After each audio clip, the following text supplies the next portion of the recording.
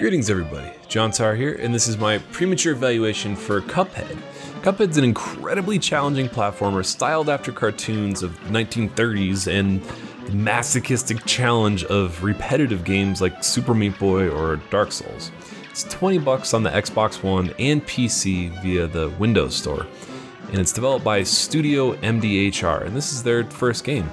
And they started development in 2010. Cuphead was first announced at E3 2014, and finally on September 29th, 2017 has been released to the public. Cuphead obviously stands out for its incredibly unique art style and animations, and it plays as like a love letter to Steamboat Willie, the first Mickey Mouse cartoon released in 1928. And between the big band music, the character dialogue, the bouncy bow-legged character animations, and film grain, they all do an incredible job making you feel like you're playing a cartoon from the first half of the 1900s. And despite the childlike cartoon aesthetic, this is not a kid's game in terms of the difficulty of the challenge. And the overwhelming majority of the gameplay in Cuphead focuses on boss battles. There's 19 boss levels and 6 run and gun stages. And it took me, I'd say, about 10 to 12 hours to complete on the normal difficulty.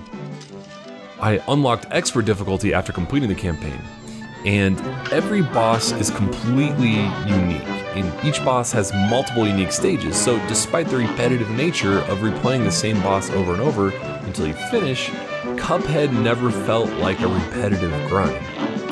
The bosses play on movie tropes of the 1930s, like giant robots and sailors, Betty Boop, and things of that nature. And many bosses towards the end of the game will get you swearing at how hard they can be. And it gets very frustrating in the third world. There will be bosses that consist of 4 or more stages, and it will take a lot of practice to get through 3 stages, and then you'll end up at the 4th with only 1 health left and no idea what to do versus the final stage, no idea what the patterns are like or how to even damage the final stage of the boss. And then there's just an insane sense of victory after you beat that boss you've been dying to repeatedly for half an hour. And the very fast reloads make replaying difficult bosses not so frustrating. It has a 2-player mode, but it's very challenging 2-player local co-op only. The second player can jump in and out at any time, and bosses appear to scale their health for 2 players.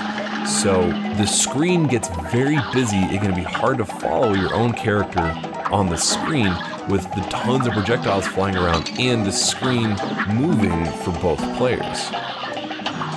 The 2-player mode is very frustrating compared to playing solo, and we eventually just turned off the second controller in favor of passing one controller back and forth. There's also no health bars during the fight, but at the failure screen, it'll give you an idea of how far you made it through each stage of the fight to give you an idea of how close you are to actually beating that level or making it to the next stage of that boss. The overworld consists of 3 islands and a final boss area, and you can explore the overworld to find shortcuts to skip bosses, but you have to kill every boss in the area to open up the next area, and you have to kill all of the bosses on the normal difficulty, not the easy difficulty, to unlock the final boss, so the shortcuts are kind of meaningless. There's also a lot of silly like hide-and-seek style side quests where you can earn an extra few coins by finding hidden barbershop quartet members or finding hidden coins from a robber that robbed from a bank, just like little things to search for around the world, but they don't make a huge difference overall in the game. There's also an upgrade system. When you start, all you have is the basic pea shooter, just shoots straight in the line and does average damage. And eventually you'll unlock 5 more guns, a few extra supers, and some other power-ups that kind of change how your character plays, like for extra health with reduced damage, or kind of a dash invisibility upgrade.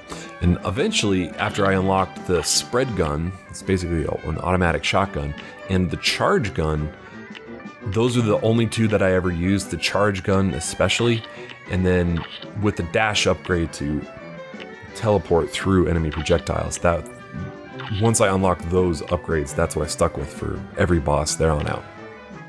Unfortunately, also, the achievements are very predictable and straightforward. Nothing that's going to really make you scratch your head and say like, oh man, I never would have thought of completing that boss this way.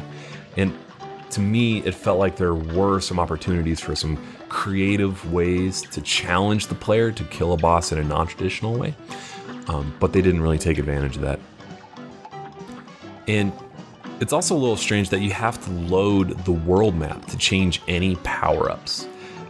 Because all the other loads are so fast that if you want to change what guns you have going into a boss fight, this load actually really stuck out to me. You can't just do like a quick switch mid-mission. And then there's also a parry move that was very difficult to learn how to time, but ended up being an essential move late in the game. When you successfully land a parry, basically you jump and then hit A a second time to do kind of a spin attack on any pink projectile. You bounce off of that and it gives you an extra supercharge. There are 2 difficulty settings by default, and simple is still very tough. Doing this difficulty cuts stages out of the boss fight and does not reward you with the contracts you need to unlock the final boss fights. And completing the bosses on regular is just required for that final boss. The run and gun levels also provide a nice break to the difficult boss fights, and they're basically required, though optional, because the run and gun stages provide coins to purchase the upgrades from this Porky Pig style character. Overall, Cuphead was an incredibly unique experience with many unforgettable bosses, and because of the extreme difficulty and repetitive nature of this game, I can't recommend this game for everybody, but I absolutely loved it. If you enjoy the masochistic challenge of a game like Dark Souls or Super Meat Boy, I highly recommend purchasing Cuphead. So, thanks for checking out this Premature evaluation. If you're new to the channel, be sure to subscribe for more updates. Thanks for watching, and game on.